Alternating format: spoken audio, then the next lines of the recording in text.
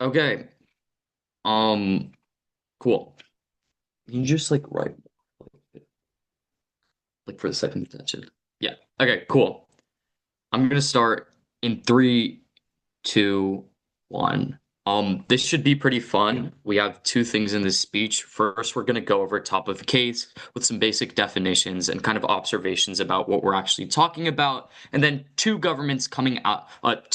arguments coming out of the government side as to why the motion is desirable. With that, we're just going to define this house as a rational actor. This is the basic assumption all rounds in Parley make. We need a rational perspective from which we can adjudicate this round. And we're going to say that the framework should just be net benefits or what's best for the world. You guys can POC if you have any issues with that. Okay, fine. Let's get into observations. We just have two observations. First, on just kind of framing out what heavily prioritizing geopolitics actually looks like in practice. We think that it's mainly two things. First, this looks like actively using geopolitical arguments to argue for greener technologies and policies. So instead of just using environmental arguments, which is what the environmental movement does right now in the status quo, you use a lot of arguments as to why advocating or adopting greener technologies would generally be good for the country you're situated in. For example, let's take the example of the United States. Right now, China produces a majority of green technology in the world. And an argument an environmental group can make is that because China is controlling the production of green technology, that's going to give them a geopolitical advantage, which will be strategic later on when we do have to adopt more green technology. And thus, it's actually advantageous for the United States to produce more green technology at home. But there's generally a plethora of arguments that can be utilized. It's not just limited to like US-China relations. The point is there's a lot of arguments to make.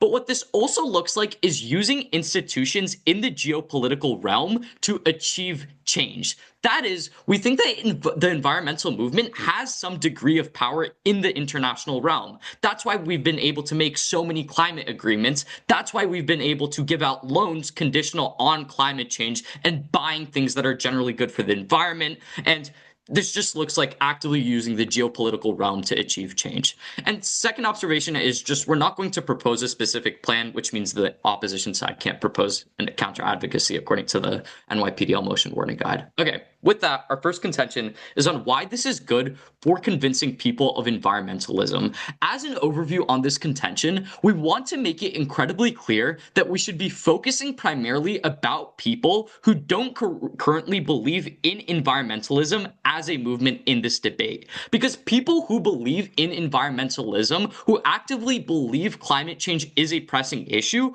are going to advocate for climate change in either world. But where we think the delta is and the highest margin is how you actually convince people outside of the movement to adopt greener practices or to just join the movement.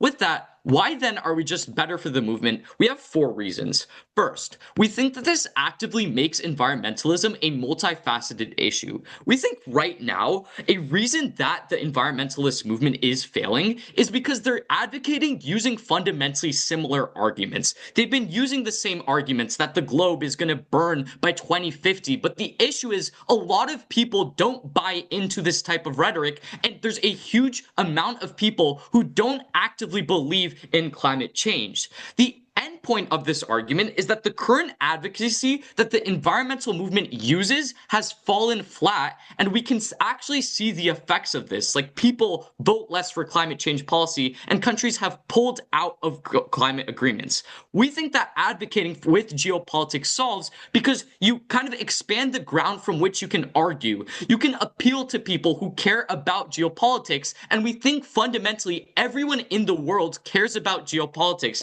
They care about the political issues in their countries. It's one of the most pressing issues. So we think we can expand the ground and we can actively advocate to people who don't believe in climate change and actually convince them that it's good, not in an environmental sense, but also in a geopolitical sense. The second reason why it's good is that politicians are just going to be much more receptive to your movement. We think that politicians and congressmen generally care about geopolitics. A lot of bills are about geopolitics. It's fundamentally one of the most pressing issues in Congress and in all kind of political structures. We think then that if you as a movement say and make arguments about the geopolitical realm, politicians and congressmen will actively want to meet with you. They'll see you as a more legitimate movement, which means you can actually talk to politicians. This is important because politicians control policy. They control things like national energy grids, the DoD, which are obviously very impactful to climate change. And we think because we can meet with more politicians, we're more likely to achieve change on a large scale.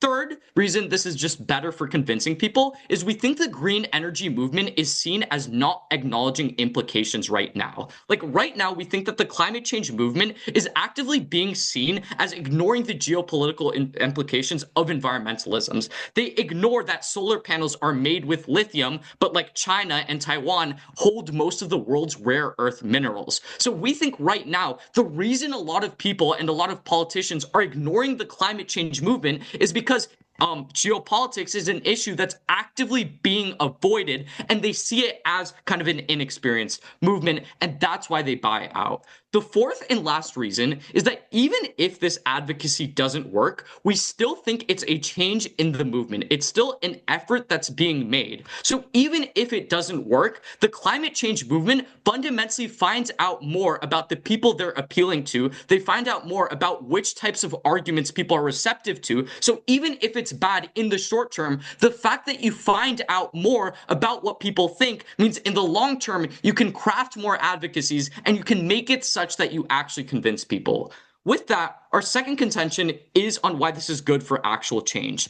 As an overview, we want to say that the environmental movement has some degree of power in the international realm. That's why so many treaties have been formed. That's why we've been able to give loans. Well, that's why there's been many programs about environmentalism. But we think although they have so much power, they don't actually do, and they don't actually pressure like institutions like the UN for actual change. That's why the most we've seen is the Paris Climate Agreement, which is non-binding and has been critiqued as being unsuccessful. But we think when environmentalists do actually try, there are a lot of things that are being achieved. You can take the Montreal Protocol, which before O2 was a thing, banned ozone depleting substances like CFCs, which are massively, detrimental to the environment. There are also things like the EU Mercosur agreement, which is like around on the NYPDL YouTube, which was actively pushed for by environmentalist advocacies. So we think the fact that they've been able to make so much change fundamentally without pressuring governments shows that they can make change. And obviously, if they push institutions like the UN where they hold power,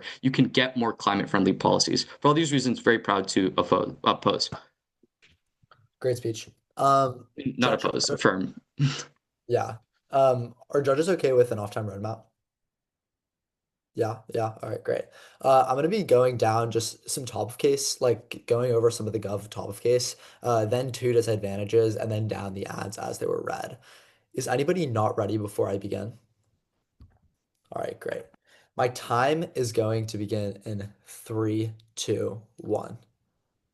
A big clarification that needs to be made on the government case is what it necessarily means to be geopolitical, what as an environmental movement, and also the extent to which current environmental movements are geopolitical. Starting with like the first issue, which is we think that geopolitics like means more than simply using arguments to adapt to using arguments that are like trendy in the geopolitical sense. Instead, we think of this as like working directly with geopolitical actors and lobbying with politicians directly. For example, if I am an environmental movement, I may start like a super PAC, for instance, to give money to candidates, or I might, I don't know, start an international treaty in order to like help countries who I think are geopolitically important. So we think that it is not only like using arguments within the rhetoric, but it's also like directly committing actions within a political sense for given countries that you view as important. So this may be, participating in like the election process of like, I don't know, like the 2026 midterms for candidates candidates who you view as like more supportive of greener technology.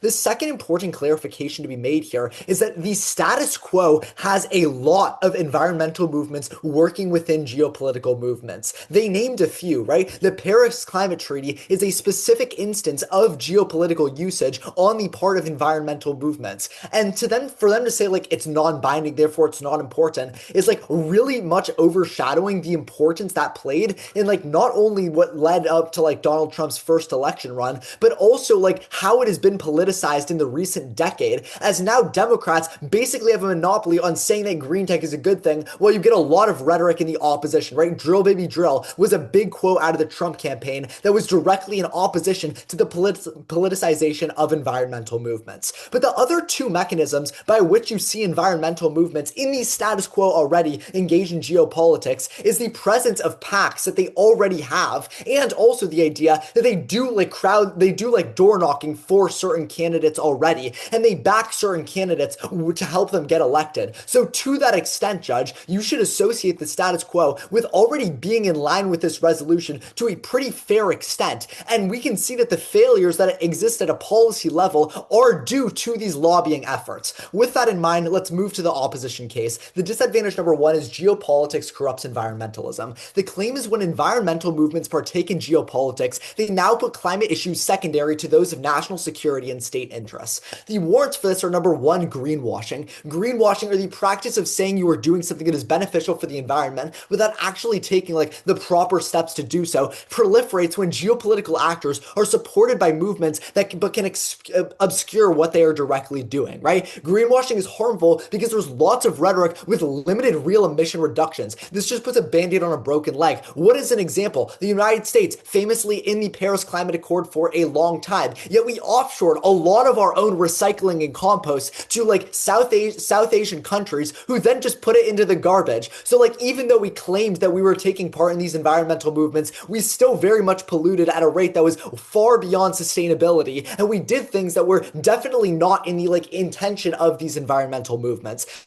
The second thing is that it sidelines environmental justice. Geopolitical prioritization shifts focus to major actors and global alliances, while indigenous lands are exploited without repercussions. Environmental harms becomes redistributed rather than reduced. This will lead to a world where only rich states can have clean technology and energy, while like dirty mining is outsourced to poor countries who are left behind as new tech is introduced. If environmental movements back heavy geopolitical actors and drive capital investment into those countries specifically for clean technology, but do not do the same for like less important geopolitical actors, that is going to have a terrible effect, as now in the future the most emerging technologies are going to be given an unfair favor for the countries that are developed and favored by these environmental movements. The third point is that it politicizes climate activism. Environmental movements should not heavily prioritize geopolitics because it politicizes environmental issues and undermines broad public support. Geopolitics frames climate action through national interests, power struggles, and alliances, which often align with partisan or nationalist agendas. When environmental movements adopt this framing, they risk being seen as political actors rather than neutral advocates for like the well-being of our Earth. The fourth point is that it leads to new forms of imperial dominance.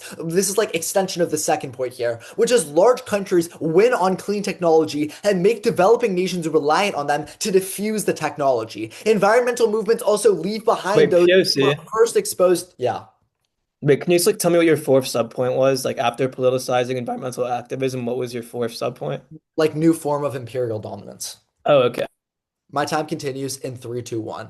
Environmental movements also leave behind those who are first exposed to the impacts of climate change, which is the developing world. If those who are the large geopolitical actors dominate the supply chains and are able to get access to clean technologies and are rubber stamped by the environmental movement organizations, they're going to have a monopoly on the diffusion of those technologies down to developing countries, which leads to asymmetric damage for the developing nations. The impacts are number one, there is structural violence. You see that like ultimately they're going to have much more like soft power over these countries, which is going to lead to exploitation like we see in the status quo of like offshoring recycling to Southeast Asian countries, which they can just like trash entirely. And we also see that like they're the first people who are affected by climate change, making it adverse consequences. The disadvantage number two is alternatives are more efficient. The claim for this is that environmental movements prioritize grassroots measures, market norms, and transnational civil society, using geopolitics only secondarily. militarily. What this will do is they will experience far more success in terms of combating climate change. The warrants for this are number one, it accelerates norm-driven adoption. Green tech is viewed as morally necessary regardless of the actor, and there's faster uptake from the bottom up. The second point here is that climate problems reward cooperation. Climate change is non-rival and non-excludable. Carbon dioxide emissions do not discriminate against any one country, no matter its geopolitical dominance. Zero-sum strategies are all structurally mismatched to the problem.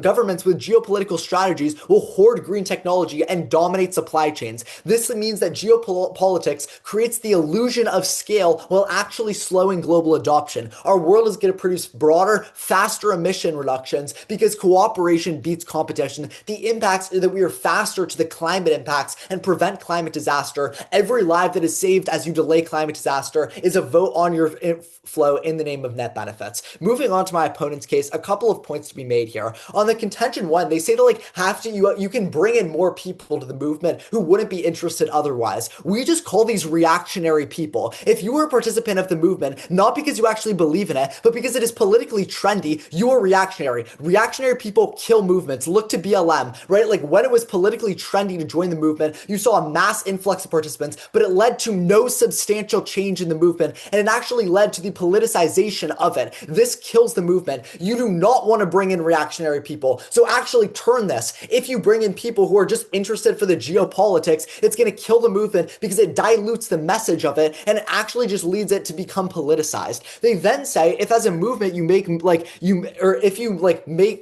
about the geopolitical realm, politicians will want to meet you. By that, today, right? Even if you care about the political realm, you're just going to get members of one side of the aisle. And since members of one side of the aisle are only going to be in power every so often, especially in democracies, which tend to be the largest geopolitical actors, then you're not actually going to be able to implement sustaining change. Look to how the Biden-Harris administration implemented lots of green changes that were ended, namely the EV subsidy. So you're actually not going to get dual-sided movement rather than if you were grassroots. Finally, on this idea of the contention too, that even if it's bad in the short term, if it's going to make people think and geopolitics being actively avoided, climate is going to be seen as an experience, just by that, it already occurs that in the status quo, you see it being politicized, and that is diluting the environmental movement to where a lot of the change that get made gets undone. For the reasons that reactionary movements die hard, I am so proud to oppose. Thank you. All right, great speech. I'm going to get my timer ready. 8 minutes and 30 seconds. I'm going to go top of case, op case, then gov case.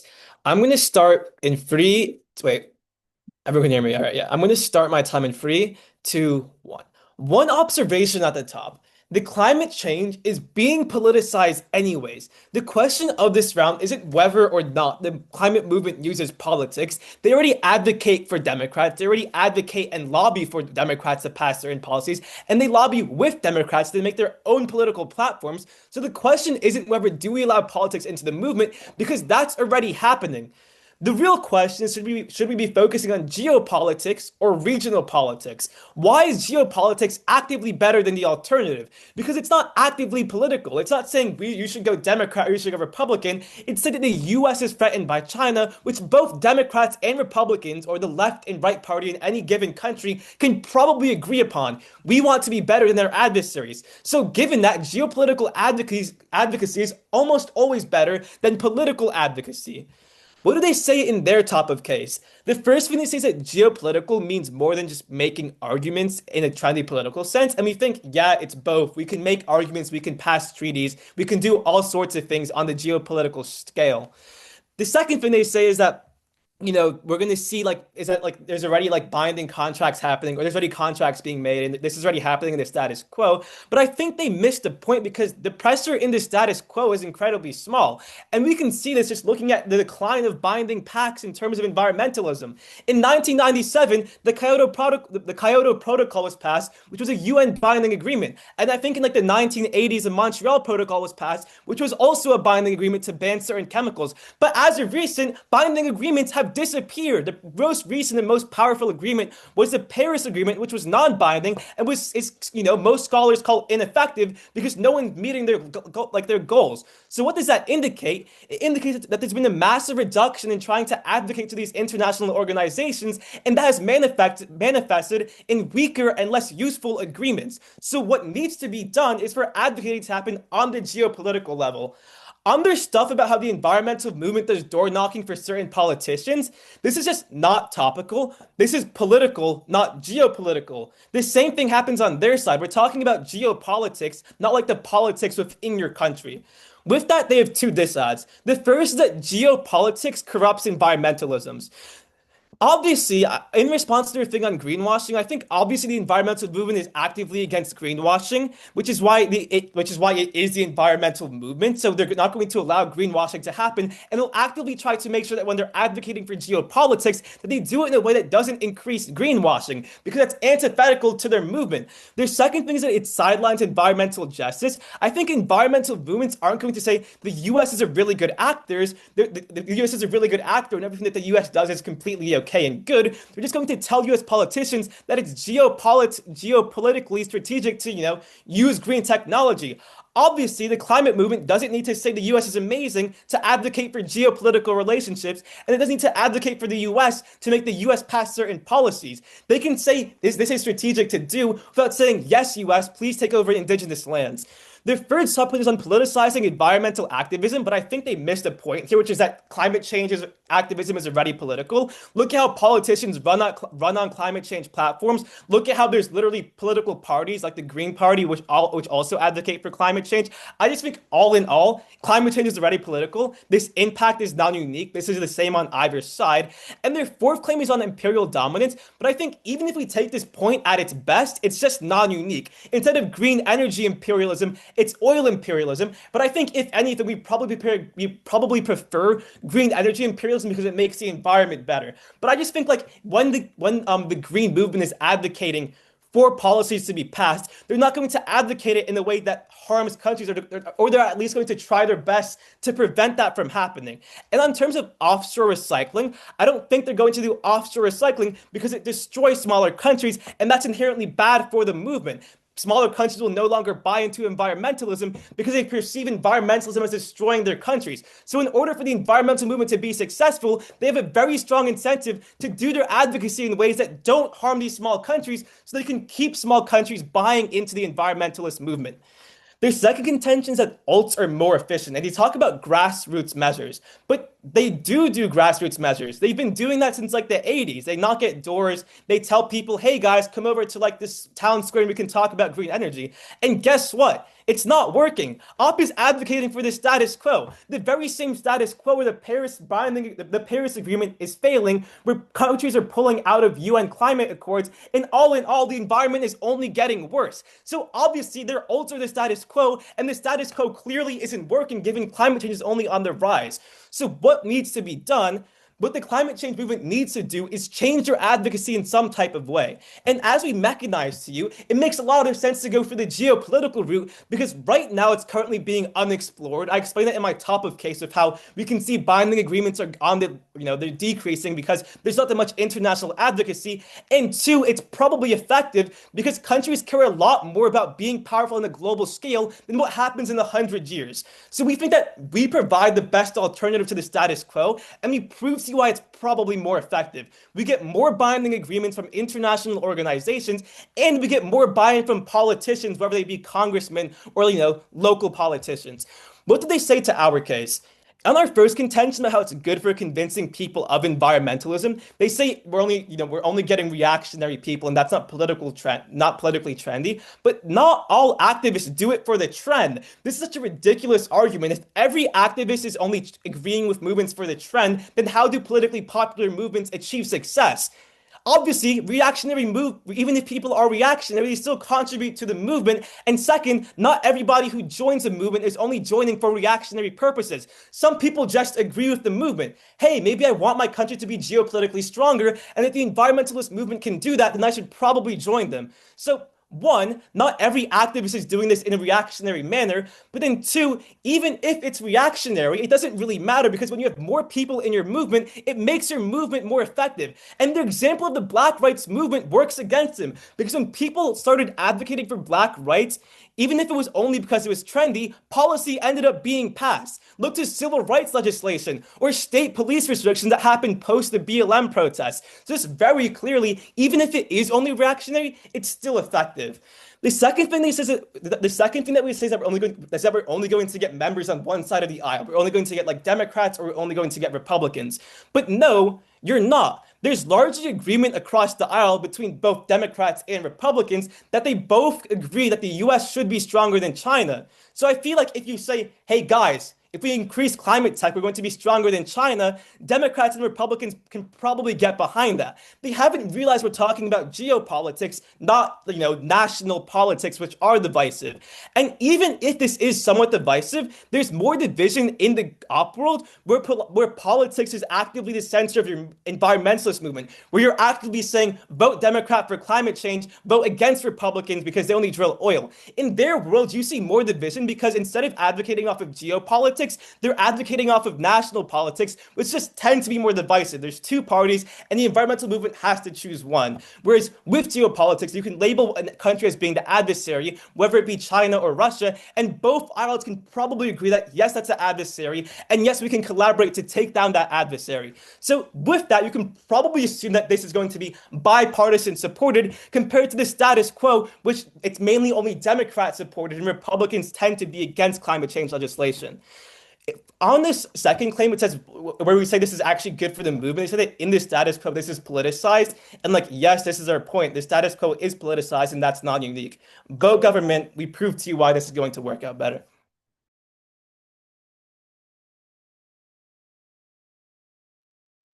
Okay, great speech, Lucas. So my name's Kamran, and I'll start now.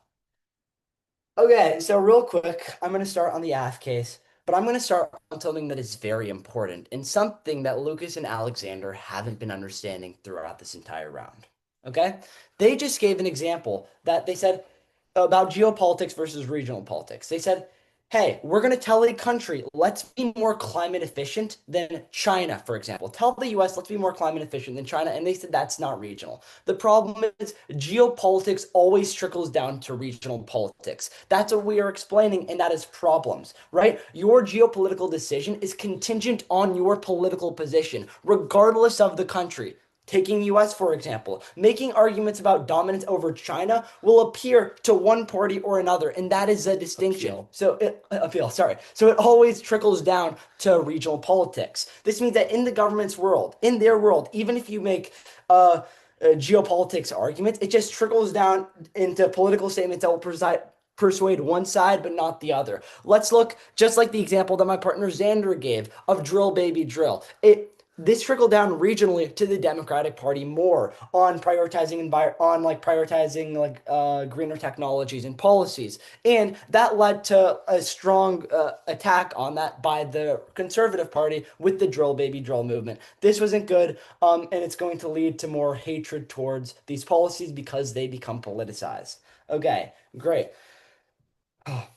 Now going more down the flow. Okay, so they on their contention one, they say that like you have to convince more people to adopt greener practices. And then my partner gives the example of people who join this movement do it just because it's like just because for political reasons. They don't actually do it for the right reason. And they say, hey, well, not all activists do it for the trend. And even if they do it reactionary, it still contributes to the movement. Okay. This shows negligence to the actual problem.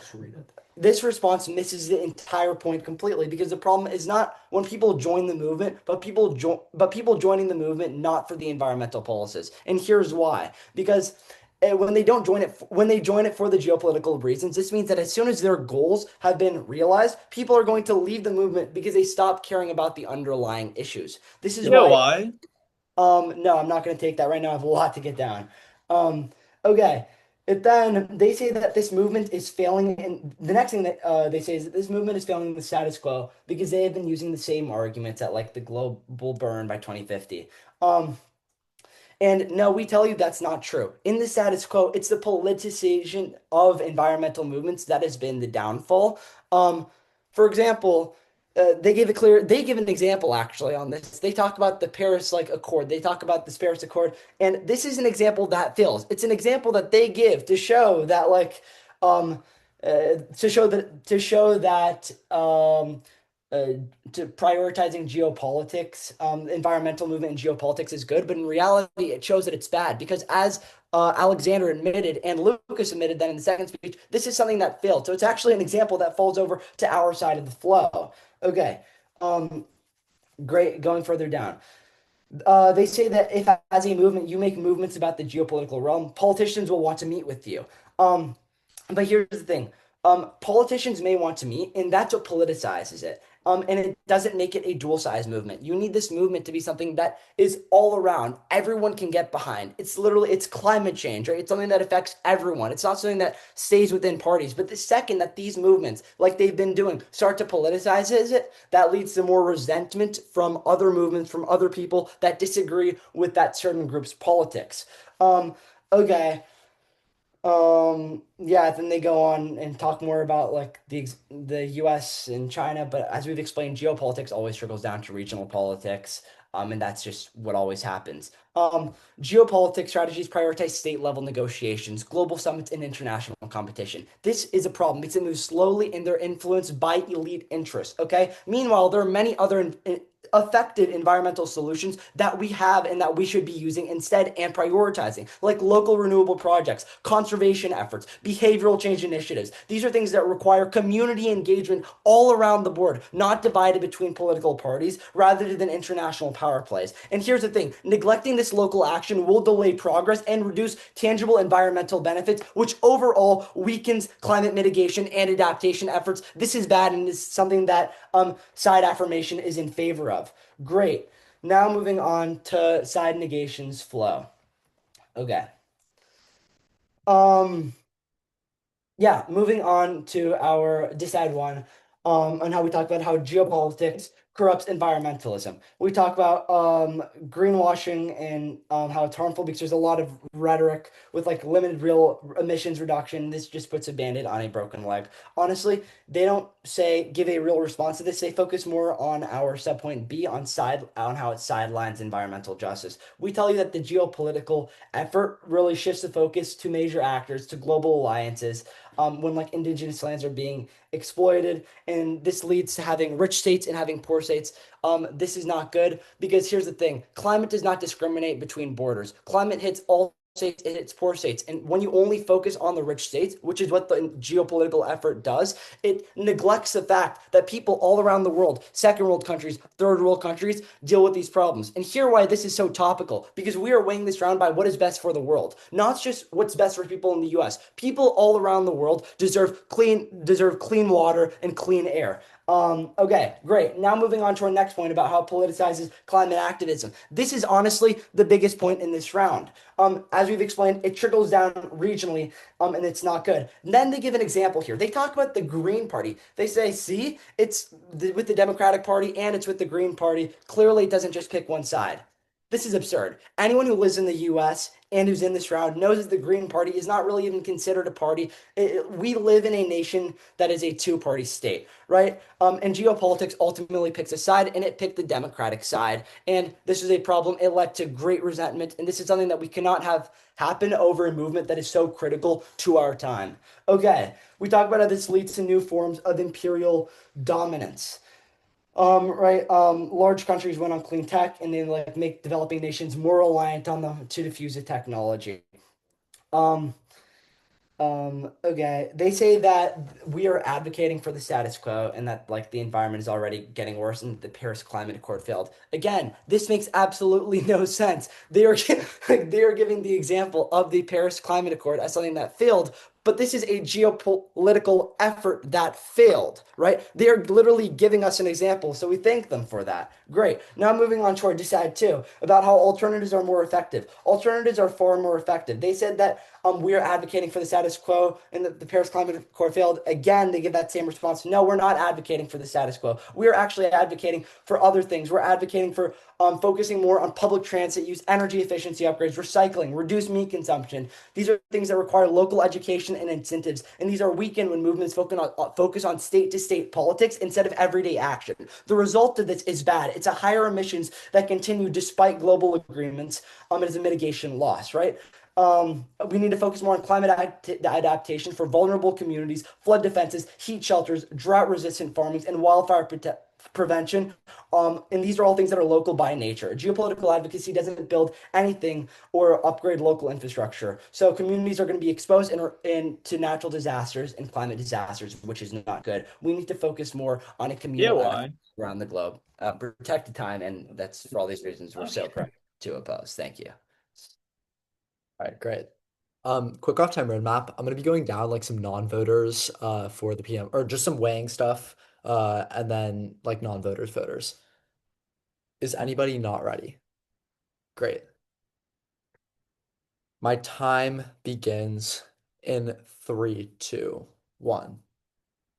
The first question that you ask yourself before you start to deliberate is this question of how does geopolitical decisions actually contend at the regional level? Kamran makes the link chain for you quite clear and something that is going to be like really important towards the opposition case, which is this idea that geopolitical decisions trickle down into regional positions. When we give examples of this, we tell you about how like if you give an argument on China per se, that is going to either resonate with a Democrat audience or a Republican audience or a left audience or a right audience. And to that extent, you can view any sort of geopolitical decision as a political statement at the regional level to some extent. We have seen this in the past few years, and we've been talking about this the entire round, about how, for instance, something like the Paris Climate Accord trickled down into regional arguments, such as like for Trump, drill baby drill, or for Biden, other climate initiatives that were then rolled back. So what you can directly see and what you can directly like show within the ballot is this idea that geopolitical decisions have trickle down effects. Even then, where do you go from there on the opposition case?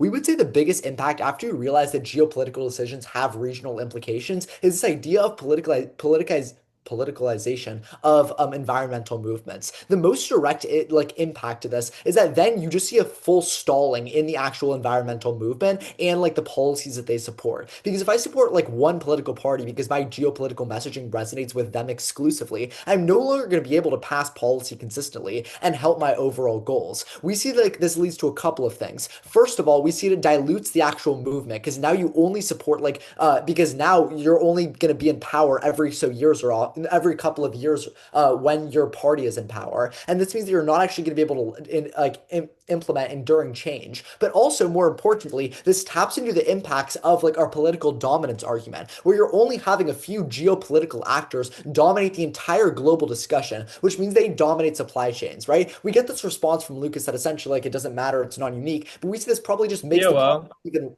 yeah. I think I'd give this non-unique response and then like weighing about like we'd rather it be green tech than oil. And then like I never hear response to that specific line of reasoning that it is non-unique. I might be wrong. You might have said something. I just didn't flow it. So that's my stance. Sure, we So can good judge this discussion. discussion. We can move on. Time continues in 3, 2, 1. But the main trickle-down impact from the fact that this is actually going to become politicized is now it's just bad for the entire environmental movement, as climate change is something that needs long-term like movement and long-term impact, and you're just simply not going to get that if you have a party in office like every few years or often. But the second most important impact that I urge you to take away from side opposition is this idea of like the entire movement failing, and this analysis that we get from the LOC all the way down, which is if you have reactionary participants in your movement, then it's just going to be doomed to fail. Why do we say this? Well, we basically say that if you're reactionary and you just join the movement because you care about geopolitical concerns, then you don't actually care about the underlying environmental reasons. This means as soon as geopolitical like factors are realized or like the geopolitical geopolitical goals are realized, like let's say the United States beats China, then you no longer care about the underlying environmental reasons, and you're just going to leave the movement. Carmen articulates this for you quite clearly, and the impact of it is that now environmental reasons serve secondary to state interests, which means that they're just never going to actually be achieved. This puts a band-aid on a broken leg and an illusion of actual change when in reality there is none. A couple of non-voters, they're going to come up here and probably tell you one of two things. Either that ops defend status quo, therefore you like can't vote for them because their world is bad. We would say they're only proliferating policies that are going to make the world even worse. For example, we tell you that the example of the Paris Climate Accord is like an example of geopolitical failure as it leads to like non-binding agreements that are bad. But then so then if you vote Gov, you're only going to lead to a proliferation of things like the Paris Climate Accord, which make you think that you're actually having progress when in reality you have none. That is inherently worse than the status quo. But second and more importantly, giving more dominance to like regional actors is going to lead to more polarization at the state level. Having more polarization at like the individual state level is going to be even worse because it's only going to sow more tension and actually lead to the environmental movements being viewed as like taboo issues. This is another important impact in this debate round. Your impact calculus for this should be polarization first, where we think that op is clearly ahead on the flow because we tell you that like a geopolitical interests diffuse down into regional differences, and those differences sow more polarization. And this is going to like affect not only the state level, but also the movement level, because you're going to have reactionary people join the movement, and that's going to kill the underlying environmental concerns because of the fact that people don't actually care about the environment. They just care about the regional issues. And if they don't care about the environment, then you're going to see a proliferation of the policies that are causing our world to continue to die and our biodiversity to go to zero. For these reasons, I'm so proud to oppose. Thank you.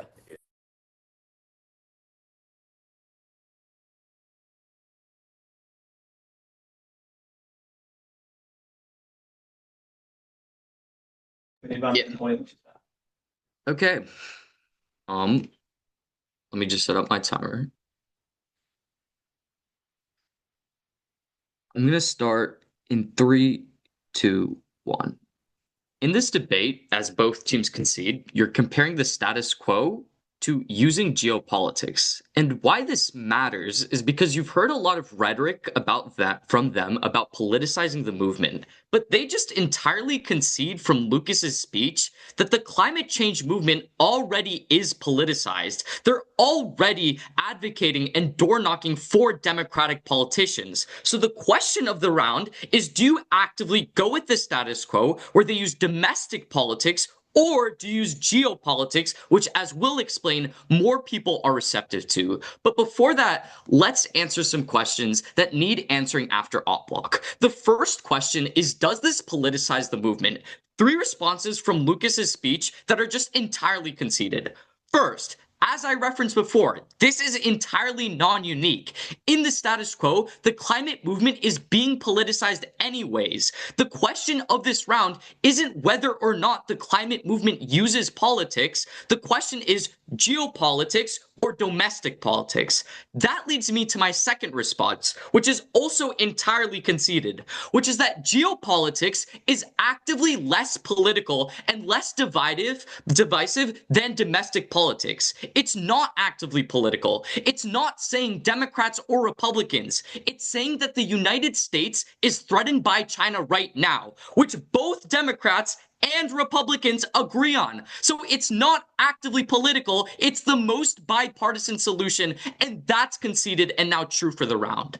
Third, even if the argument is true that you only get one side of the aisle, it's still a new aisle of people. They've conceded the argument that we should focus on people outside of the movement, because people who believe in environmentalism, who believe that the climate is actually going to end, are always going to be in the movement. But if we focus on people outside, and we're still getting an aisle of people, that is still some margin, that's still people who are fighting for climate change.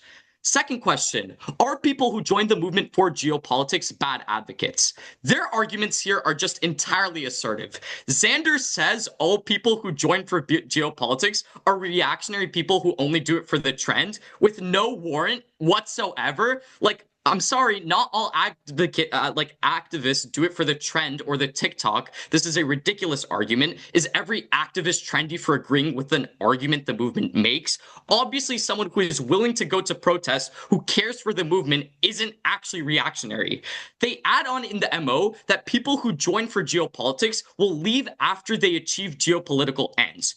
Two issues. First, we don't think this is the case. If I've been part for a movement for years advocating for geopolitics, I talk to other people within the movement. I talk to other environmentalists, and over time, I become more convinced and stay within the movement. But second, even if they do leave, this is better than nothing. If we get the US to produce millions of solar panels through geopolitical activists, even if they leave, that's still good for the climate change movement. That's still something we want and helps the climate.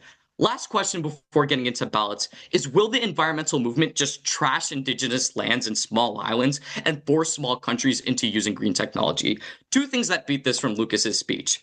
First, he beats it outright when he tells you obviously the environmental movement, which cares about the environment, doesn't want to send recycling offshore to small countries because it destroys them and is obviously bad for the environment. But second, even if we take this imperial dominance point at its best, it's non-unique because right now the US is imperialist for oil. If we do change them, they're now imperialist for green energy, which means there's always a positive margin of change. With that, two places to vote for the government side. The first is on international treaties. They just entirely misinterpret what the point of this argument was. We agree that the Paris Treaty was probably not the most actually effective, but the reason it wasn't effective was because climate change people were not pressuring countries. It was non-binding. They weren't actually putting energy into geopolitics. But we've given you previous examples of when they've actually pressured people within a geopolitical realm. We gave you the Montreal Agreement, which was a binding ban on ozone depleting substances, which actually just phased out 99% of CFCs globally. Thanks for Lucas for knowing this. He took environmental science. So we think on our side, we can actually pass policies when we take part in the geopolitical realm. But second, the second place you can vote for us is our fourth argument on the first contention, which is entirely conceded, which is that on our side, we actively make a change. We actively do something for the climate change movement. And even in the short term, if we do get some degree of backlash, in the long term, we now understand what types of arguments people are receptive to. So even if they're correct that people don't believe it, that's a short-term impact. Whereas in the long term, we understand arguments more, we understand how to advocate. Last place is that people fundamentally believe in geopolitics more. It's less divisive, less political, but I think I've explained that already, which means that wins us scope. Great debate, guys. Yeah, great debate. Thank you, judges. Yeah, great job, Lucas. Great job, Alexander. Thanks, judges. Good job, guys. Good job to you Just guys. Good job. congratulations for making it this far. Give us a few minutes.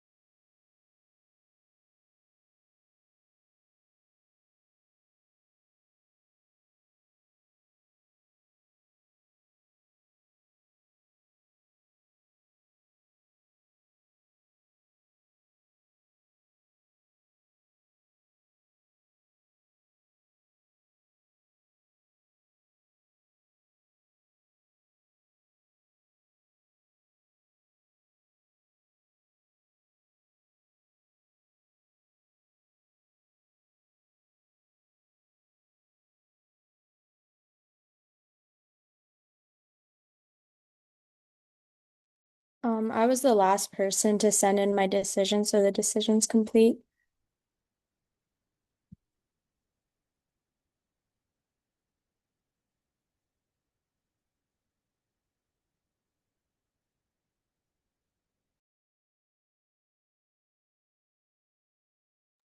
Did you want to say it or? Oh, okay, I can go first. So the decision was a 3-0 decision for the Gov side, and so I've decided to vote in favor for Rodda's, and the reason for my decision lies here. In the end, the question was who we were affecting and what's our goal and how much change is actually being implemented. And I bought the Gov case mostly through this third speech where they called out the op case for building their case off of just rebutting multiple points of the gov by saying that everything always trickles down for regional politics, and although drill baby drill can confirm that it does, it doesn't mean that geopolitics cannot further impact those who aren't very aware of or don't pay much attention to environmental or climate change. And another thing that suggested I cast for the gov ballot was the point where they mentioned that this issue isn't really or doesn't have to be the right versus left, and that this motion proposes the most bipartisan solution. I liked how they also rebutted the point where opposition said after impact is made, they'd leave. But honestly, after significant changes made, you'd think that at least some parts would stick to the individual who worked so hard to make that change. And regardless, um, my end decision was that like change is still change, and that's why I voted for the gov.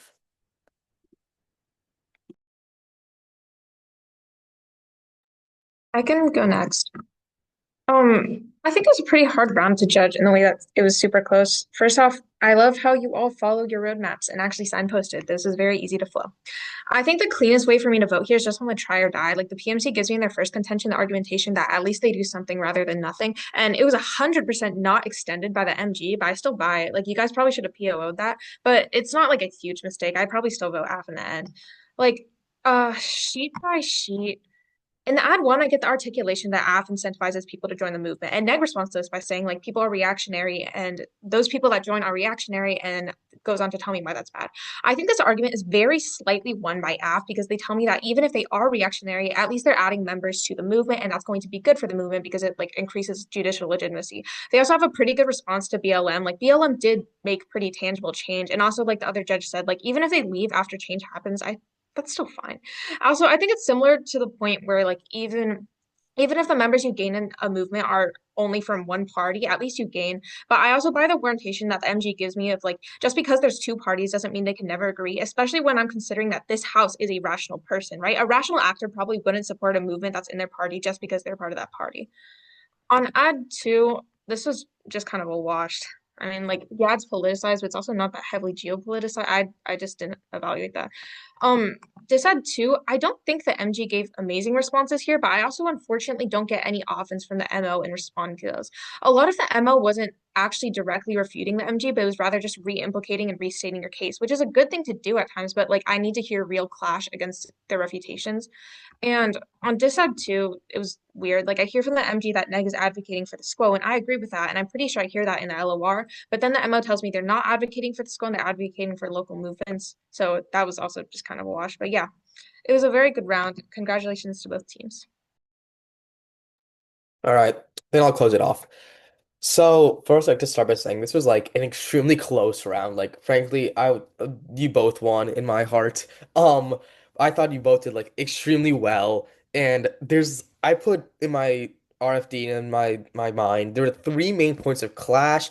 Two of them I went with the gov. One of them I went the op, but ended up claiming it's non-unique, and because of those three, that's why I went with the gov. So I'll go one by one to explain them those three. First one, politicalization and polarization. So, Alexander comes up, first speaker comes up and basically says, "Listen, like environmental change is a very polarizing issue. You have the Democrats, you have the Republicans. The Democrats support it more than the Republicans do, and it makes a lot of issues because currently the United States government can't pass much legislation because it's such a divide." And that's obvious. And then they went ahead and basically explained that, well, if we were to take it to a higher level of politics and a higher level of well, yeah, politics, then it will be risen above the polarization and the politicalization that is having polarization that's having right now in the US. I think it's really strong. Like when the example that I believe he used earlier was that when if we were to bring up the fact that like, oh, we need to be the environmental country above China, above Russia, when we bring it to the fact that we need to be over our enemies in this example or whatever, that was like really good, and I bought it for that. And then the reputation for that, which the R brought up, which I sort of bought, was basically the fact that, oh, well, it trickles, geopolitics trickles down to regional politics, therefore the really politicalization, polarization, because it's just gonna trickle down. And yes, but frankly, it does not matter because there are already Republicans who, like, already, the Republicans, a lot of them don't love the environmentalists. They don't really support it as much as the Democrats do. So they won't make the issue any worse, and more likely, it will make it better. So because of that, I don't think of there. Second point, the substantial change. This is sort of this is like the change made. So, and this is mostly part of the Paris Accords. I thought was very interesting. I love that. Like that was a great part to bring up. I wasn't fully aware that was, and you guys explained it very well. Same thing with the Montreal Accords or the Montreal thing. That was really cool. But the thing is that like the government explains that by appealing, to the bigger issues, to more bigger issues, not just the environment, but broadening up to geopolitics as a whole, it's going to make more people care, more politicians. And we can get more politicians to care, they're the ones who are actually going to make change. And I think that's really strong. I think it makes a lot of sense. You go one by one in your speech, and Lucas then goes ahead and defends it even really well in his speech and says, okay, why it stands up, why it holds up. And the refutation to this is, yeah, the Paris Accords. And I think it's a very good example. As I said before, it shows how, hey, maybe it doesn't always work when you put geopolitics and the environment together. But I believe in that third speech by Alex, yeah, she closed it up really well together. It's like, listen, it's not the only example. We have the Montreal Accords, and that worked really well. And also, the logic still holds up. It's not the exact same, therefore, the logic kind of flows through. Now, the final one, this is kind of the one that I said, okay, it's not entirely unique, therefore I'm not entirely going to weigh on it that much, is reactionary change. The idea that the people who are changed to go support the environmental movement, they're going to be reactionary, they're not going to hold true, and it's going to be cause a lot of issues. And the opposition brings up the example of like BLM and how a lot of the changes was reactionary, and it didn't make that much change. And I think that was a very good claim. I originally fully bought that, and I was like, oh great, that's gonna completely wash out the Gov's contention. But then I was sort of swayed by the fact that, listen, like this support is support nonetheless, and it has made a difference. BLM did in fact make a change, even just a small one. Getting support, even if it's just support from reactionary people, having the masses with you does in fact have a change, and we have seen that happen.